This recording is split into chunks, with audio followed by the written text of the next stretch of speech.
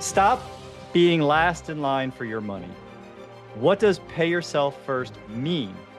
Could paying yourself first be as important as the oxygen we breathe? What kind of value would you place on obtaining financial freedom? Would that be a low value or a pretty high value for you? Make a note. I'm going to start this with a bold statement. Paying yourself first may not be the most important thing in the world, but it's right up there with oxygen. And if you're not paying yourself first, you're not building a financial life. You're renting one, borrowing one, hoping someone else is going to provide the oxygen, the money for you. And I want to ask, is hope a strategy? Can you fund your family's dreams on hope? Your dreams on hope? No, hope is not a plan. It's actually failing to plan.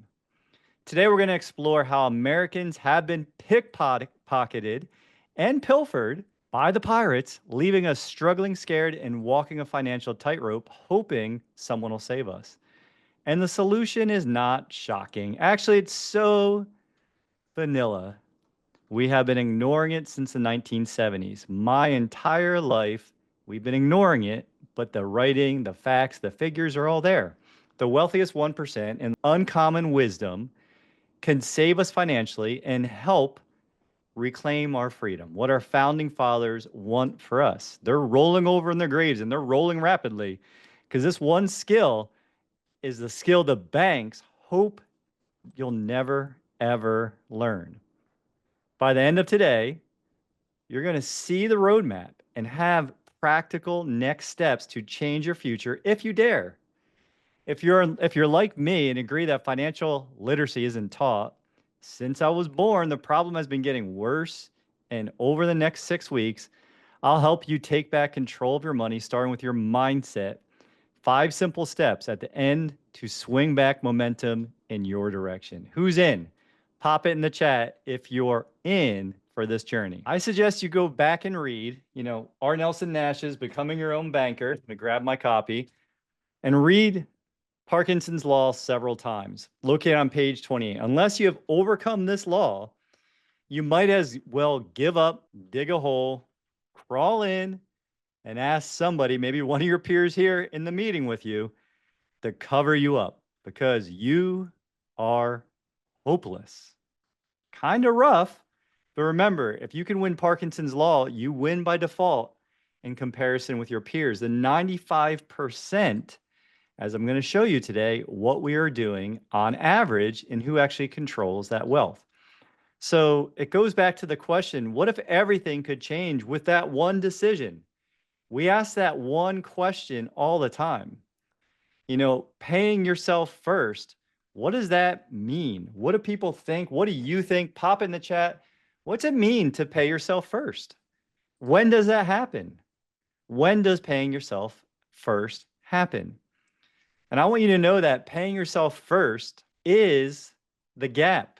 It is the space. It is the missing thing that 95% of Americans are missing. Not the wealthiest families, which I'm going to show you, but 95% of us are missing that skill of making something so simple our habit. And it all starts with that one thing. Would you make that one thing if you knew that was the shift? And start by changing where your money goes first. And could it really be that easy? When you set up a qualified plan, when you set up different kinds of insurances, do you even know that money is going to where it goes every month? You just set it and forget it, right? Why not? You're setting and forgetting money to pay other families. Why not move yourself to the top of that list? Like the practical priest told our congregation months ago, when he told us, hey, you don't love yourself enough. I leaned in. Everyone leaned in. How dare he tell us we don't love ourselves enough? Well, you know why we leaned in? Because it's true. It hurts. What if that loving ourselves more makes sure that we're good so we can be what God needs us to be for ourselves our family, our friends, our community, the community here. That's what your financial system can be. It can be a strong, strong ally if you take care of it. It's like anything else. You have to give it attention. You have to know what that one change is and how important it is. It's boring. Again, it's vanilla. It's not sexy, but to overcome Parkinson's law, you must believe this concept. You must believe it with all of your heart, all of your mind, all your soul. It has to be the most important thing. Are you in? Write in the chat if you're in or down below. Are you in? Is this something that you're willing to do? If you rated financial freedom as a high value to you and you've not yet started your specially engineered whole life, the question is really why? Where is the gap for you? And I believe it's here. So let's take a moment to look at the alternative. Let's take a moment to visualize what's happening to the 95%. And it might be happening to you. And if it is, let's just become aware of it. Let's just become aware of it. 95% of Americans are living in a almost hopeless state, like Nelson said with Parkinson's law. Imagine this. And it's not very hard to imagine, right? Imagine you stay up late, you wake up early, you get ready, you go to work, and often you're going to work in something that's financed. You go to work, you work hard all day, you're paying for lunch, and you're again financing it, and you're sacrificing, you're providing, you're doing the best that you can for your family, for yourself. And then payday comes. We're all like, all right, payday again. It's going to be a good one. And for a moment, you feel good. And then you get paid and you reach in your pocket, you pull out your wallet, and here's my wallet. You pull out your wallet. Man, it's a lot lighter than you imagined. The pickpockets have come. Something strange has happened. People are lining up one by one and they're all reaching into your wallet before you even get a chance to. The IRS, the mortgage company, the creditors, the subscriptions, the gas, the Netflix, the debt payments, the insurance, the groceries. You keep on naming it. It is coming. They are coming. The pirates are coming. They are in your pockets. They're taking your money. And by the time you reach back and you look at your wallet, there's pennies. You guys familiar with this feeling? There's pennies. And maybe you have to swipe the card again. You try to be responsible by saving what's left over. And then we all look for the best in things. We're all grateful. And we all say, maybe it's going to get better next month. Maybe next month it'll be my month. But it never is, ever. Because the system is designed to keep you a borrower. It's built to have you prescribe to the system. Work hard, pay everyone else first, keep pennies that are left over, try to make that, do something with that money, and repeat, rinse, repeat. This is what the common are doing. Now, all of you, you're all uncommon. You're all uncommon because you're here giving your most valuable resource. So let's look into what it looks like. Let me know when you guys look at this chart. Do you see what I see? What are you seeing? Pop in the chat. Share with each other. Pop in the chat what you're seeing and what it means to you. What surprises you? When you're looking, if you believe what I believe, the wealthy have more choices. And do they have more choices because they have more money? Maybe. But maybe they have more money because of their choices. Maybe they have more money because of the things that they're doing first, the one thing. And when I looked at this, I was kind of shocked. I was like, oh, well, where's the 10% lie? Where's the 5% lie? Where's the 1% lie? Look where the 1% are.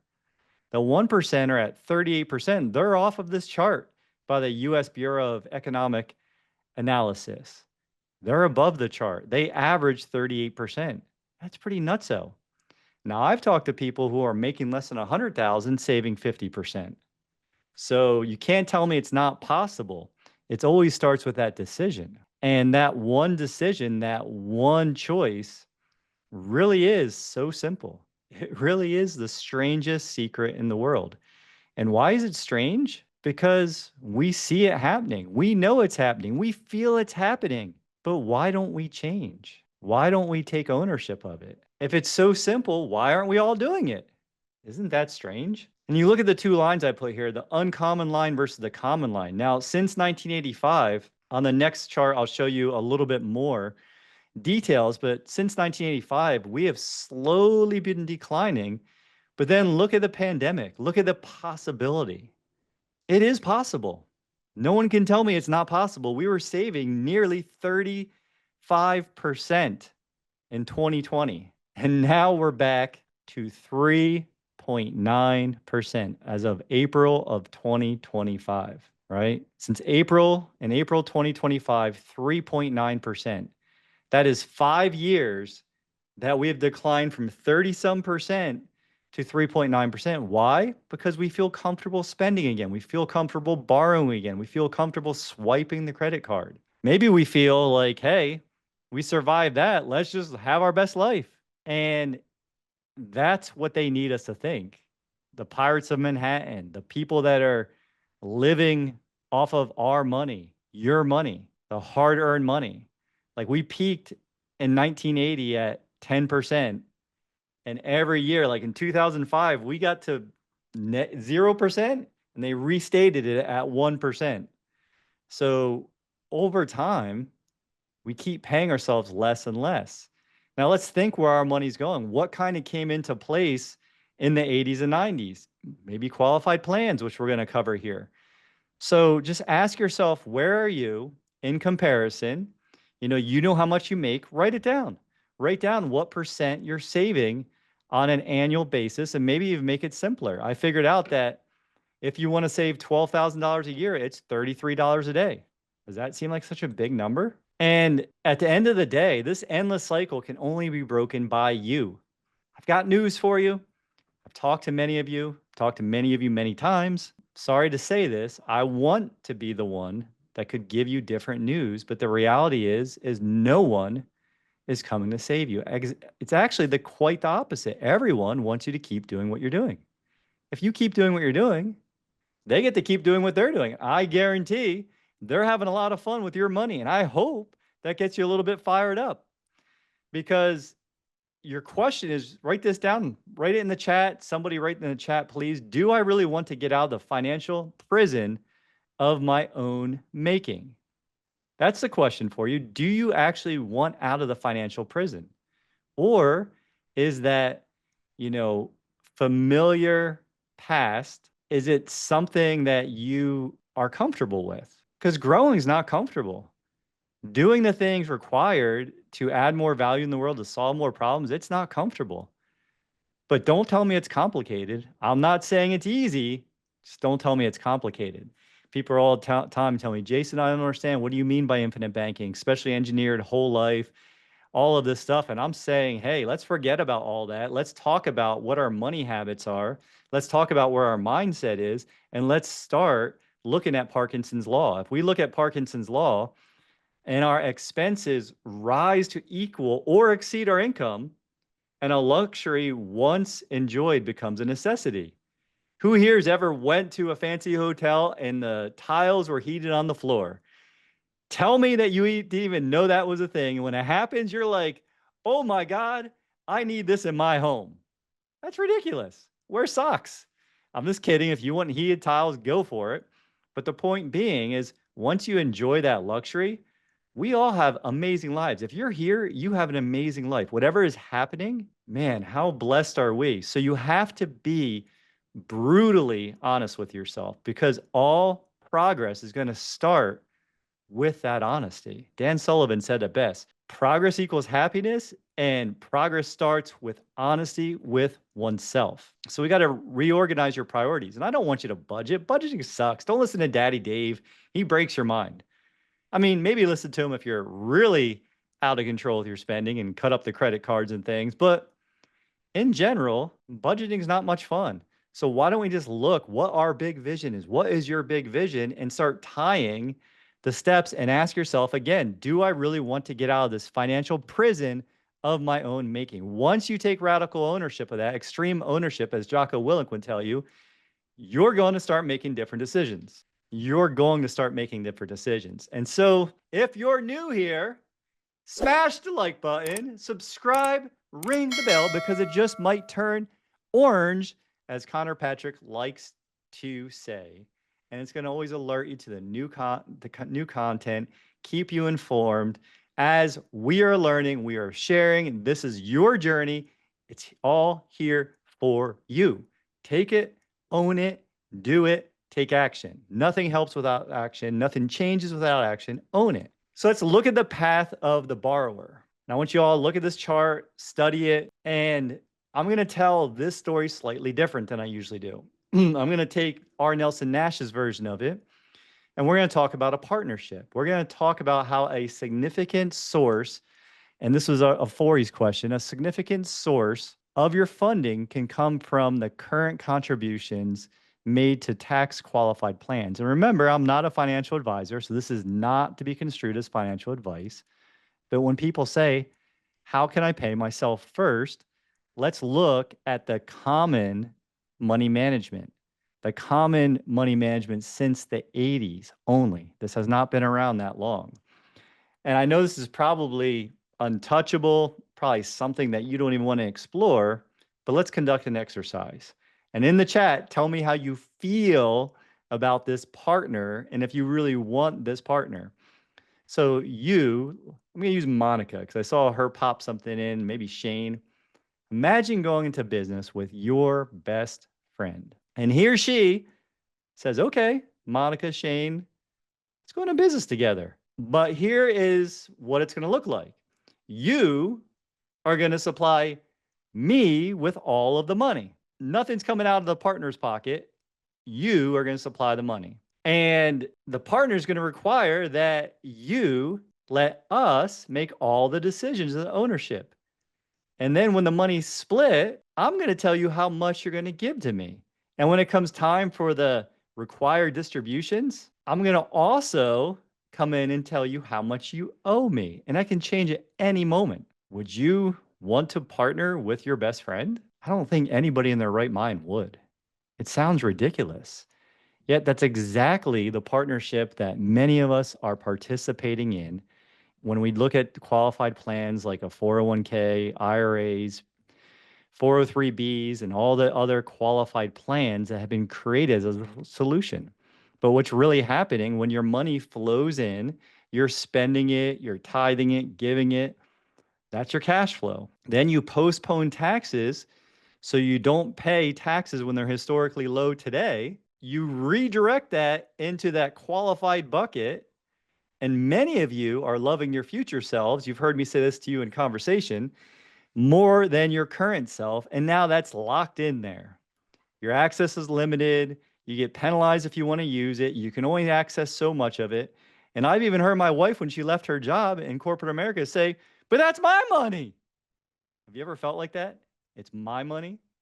Well, not in the agreement that you have decided if you're doing this. If you're not, good for you. I know when I started learning this, I'm like, how can I get out of this? I bought into the system for a decade plus, and I'm done. It hasn't worked. I don't feel any more financially free. What can I do different? And it's changing the one thing. Have you ever thought, when do we give up control? That's it. I worked hard for that money. I can hear, is that Dolly Parton? When do we give up control of our money? I had this earlier on a call today. This is so obvious to us. Again, it is the strangest secret. We're aware of it. When we're little, think about when you started earning money, maybe for doing chores, or as we say, adding value, whether it's pulling weeds, mowing the lawn, whatever it was, cleaning up, raking. You start earning money and it feels good. And now, as you earn more money, as you mature, remember, us as parents are raising adults. So we say, hey, let's go get you a bank account open, right? And remember how proud you were when you had I remember having a checkbook. I never really learned how to balance a checkbook. That's crazy, right? But I remember having a checkbook. I had someone ask me if I could write them a check a couple weeks ago. I just laughed. I'm like, are you kidding? For real? Like I haven't seen my checkbook in years. But anyhow, that's beside the point. And in the moment, it was like, wow, hey, we have money in this account. And look, we get a debit card. Oh, we can just swipe this whenever we need to buy something. And then later, our parents tell us, well, do you want to go to college? Are you going to earn a scholarship? Or maybe you take a student loan, or we start looking at options and we need to get a car because maybe we're going out of state and now we're financing a car. And we start learning that credit's important. And has anybody here ever paid late on their car or their home or anything else? Most of you probably will tell me no, because you having good credit is important to you. And you can even take it a step higher. You say, oh, now I have a black card. I spend $300,000 to $1 million a year on my Amex. And they let me keep that black card for my significance and I pay them $5,000 to $10,000 just to be able to use it up front, to use credit to pay them interest. What? Do you guys not feel how crazy this is? But think about what they've established. They've established a willing, loyal customer that has learned what? To pay on time, to never be late, to make sure that they get their money in a persistent, consistent way. Why not you? Why isn't that you? And if we're getting poorer, if we're saving less, what's up, Dex? If we're saving less, where's the money gone? I hope this is getting you fired up. Let's look at the biggest debts and just think about who's holding the ticket, the golden ticket. Remember, he or she who has the gold makes the rules, folks. And when we're looking at the gold, $1.13 trillion in consumer debt. Talked about it several times on here. Way to go, America. We come out of saving almost 30% during COVID, during the pandemic. The interest rates are going up and up. 22% is what I found yesterday as the average. I want to say it's 24.5 or higher. Last year, we paid the banks $130 billion in interest and fees in 2023. That's pretty nuts. So is it you winning? Or again, is it the evil empire, the banks, the Wall Street, the government? Is that not nuts, Shane? I thought the same thing. Now, I'm going to go back and watch this. I got to see if this is maybe appropriate for an 11-year-old. If you guys have any opinions on that, let me know. But back to Fight Club. We buy things we don't need. Who's guilty of this? I know I am. With money we don't have to impress people we don't even like. It's your life. Change the one thing for you. Start loving yourself a little bit more. Now let's look at the other path, right? I showed you where 95% of Americans are. You see how easy it is to change that one thing. So let's look at what happens when your desire becomes so strong. Your vision is so clear. You know exactly what's ahead. When decisions come and opportunities come, you say no quickly because you know where you're going. You know your destination. You know that your best days are ahead. And if you make this one change, they are. I guarantee it. You like that? An extra guarantee. Your life as a borrower will be over. Maybe not instantly, but be damned Parkinson's law. They can keep their hole. They can keep their shovel. They can keep their dirt because you've identified low value spending. You've built tough habits to build something meaningful and something manageable. And now you're ready to step into God's plan for you and be a builder, a wealth creator, the uncommon path. And the uncommon path is this tribe that you're here with. And again, a reminder, it might be simple with Sipple, but no one is saying this is easy or savings is easy. The borrowers are aplenty. That is the easy path. But does it lead to what we all want, the freedom? No. That is the road that Hercules turned down. That is vice. Then we try to change our state. We get addicted to things, whether it's food or alcohol or drugs or pornography or whatever it is, right? I didn't go there earlier, but I'm going there now because we want to feel better about the choices we made because we didn't make the one choice. And when you look at an uncommon path of money, what do you notice? You notice that it's liquid, it's guaranteed, the foundation is much bigger. And that leads to us learning another skill, by the way, which is part of the banking journey, but it really isn't about being an infinite banker.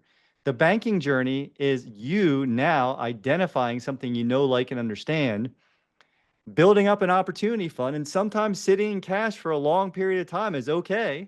Look at Warren Buffett right now, 300 plus billion dollars in cash, liquid and waiting to go, because guess what? When you have money, opportunities will find you. Nelson talks about that in the book. And then that investment is making a spread and it goes back up to income. And now you have more cash flow. You can spend more because you're spending interest. You can give more. You can do more because you've had a little bit of discipline on the front end. A little bit of discipline on the front end.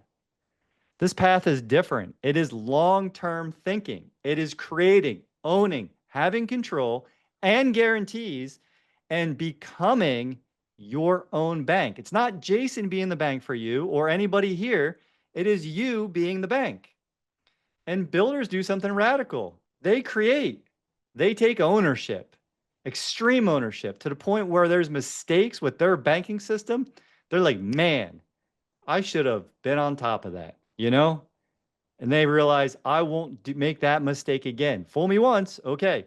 They control it. They pay themselves first. They studied how the banks work and decide to be the bank and not feed it, not feed the problem in America. Go look at Ray Dalio talking about the different cycles of how debt, is created. Go look at how money really works. Go look how inflation is created. This is not magic. What I'm showing you is stupid simple. It's not a get rich quick scheme. I'm not solving your problem. It's a disciplined, proven method that the wealthiest families, the 1%, has been doing for generations since the early 1900s. And like Tony Robbins says, success leaves clues. So let's talk about some of the success. I looked up some of these stats yesterday. The Rockefellers' wealth is in the seventh generation. Go read What Would the Rockefellers Do? Their collective net worth is almost $11 billion, according to Forbes. As of yesterday, right? My beautiful wife's birthday, by the way, yesterday, April 30th, 2025, Walt Disney has a market cap of approximately $164 billion. Remember, Walt, when he was going to banks and asking them, hey, I got a great idea, a mouse and a duck, it's going to be wild. I'm going to build this park to make people feel young again and feel magic. And they're like, what? In a swamp? A mouse, a duck?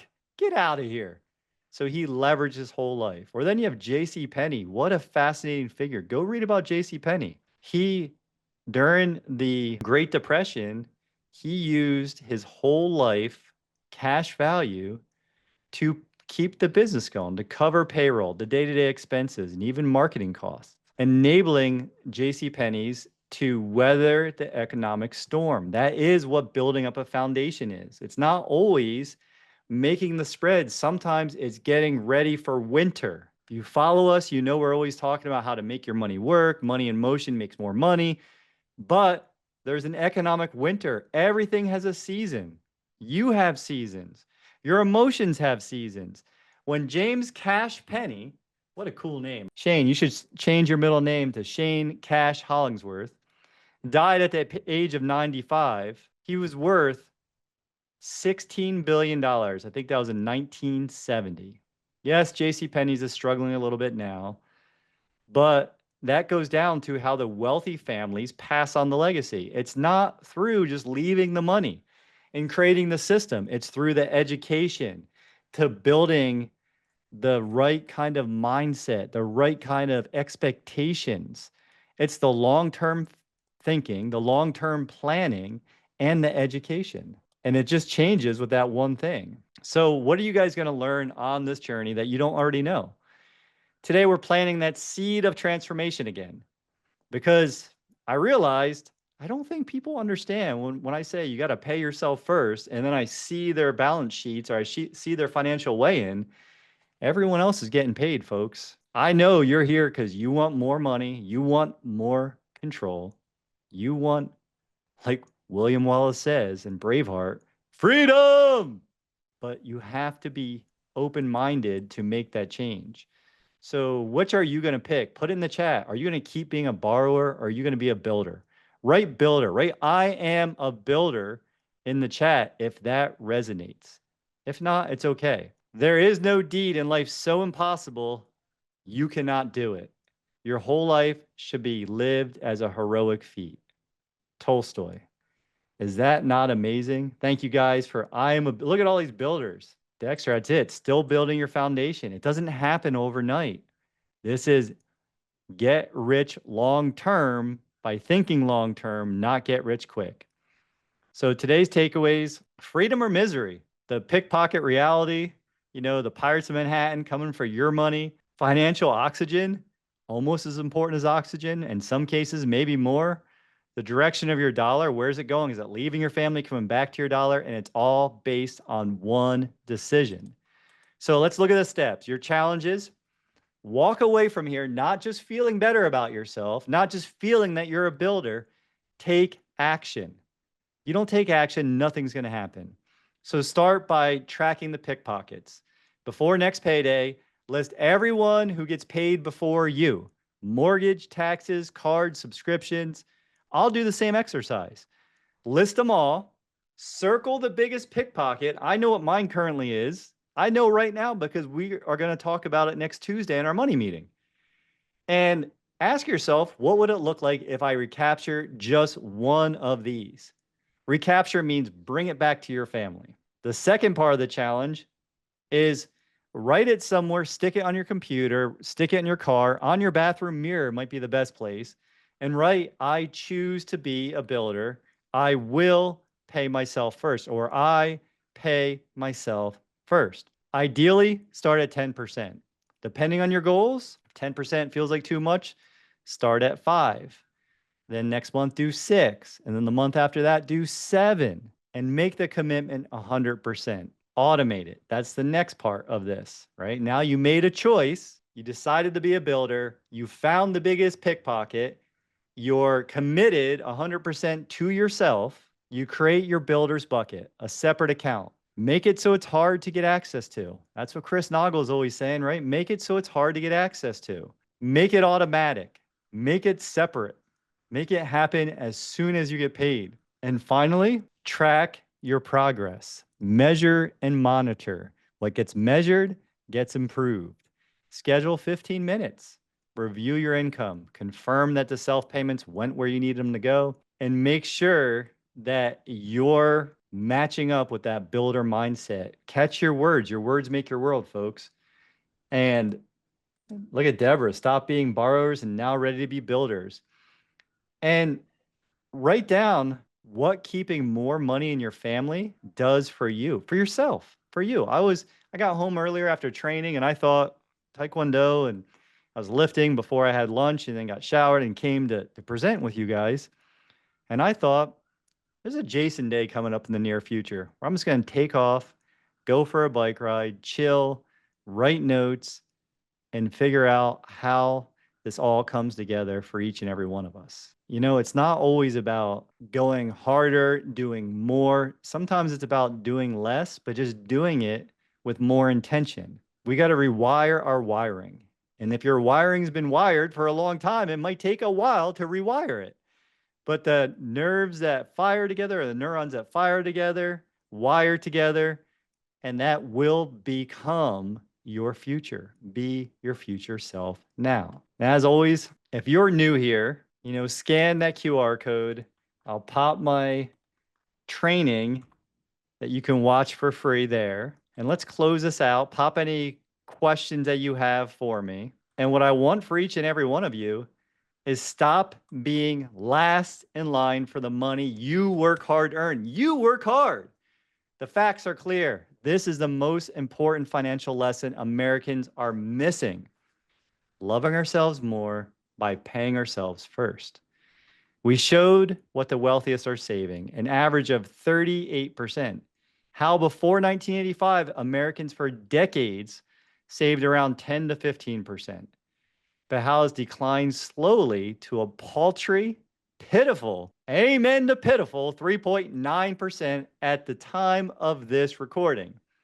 The debt held by the US government, Wall Street, and the banks is in the trillions of dollars. And guess who is on the hook to pay these guys back? Us. Without breaking this habit, you might as well do what R. Nelson Nash said: dig a hole and get in it. Have someone cover you up, because it is hopeless. You will be exactly where you're at a year from now, 3 years from now, 5 years from now, 10 years from now. If you don't change this one thing, get in that hole and bury yourself. Not giving financial advice. No one get in a hole, but you get it. We've established a 3-step simple process. Decide to be a builder. Automate your savings to pay yourself first before the pickpockets come. Check in weekly. Pick an accountability buddy. And as always, the choice is clear: borrower or builder, the easy way or the path to freedom. I appreciate you guys. Remember, this is a process. It does not happen overnight. If you were watching AMA yesterday, you saw that I, too, am still making mistakes. And I did it live. When Joe's like, wait a minute, you're not doing X? And I was like, no, I thought this. So always be open to pushing your ego down, to correcting and course correcting your mistake. Take action, take ownership, and build the life you dream of. Super, super blessed that each and every one of you are here. We always have a lot of fun here. I appreciate you guys more than you know. You keep me going. You give me fuel. You are the fuel to cut down on coffee and get the energy from you guys. So let me know how I can support you. Come back next week. Pretty soon, it might be next week or the week after, bringing Gabe back again. We're working on a couple things together to bring you guys a new 9-week Black Belt boot camp. As always, remember that this is a process, a skill, and if you don't know something, you just don't know it yet. You're already in the business of banking, you're just not the banker yet. So as always, thank you for giving me your most valuable time, your focus, your energy. I'm truly blessed. Make sure you're smashing that button, ringing the bell, because it might turn orange, and I'm going to see you in this next video. Subscribe to be alerted to all the new content. See me in this next video. Be blessed. See you next time.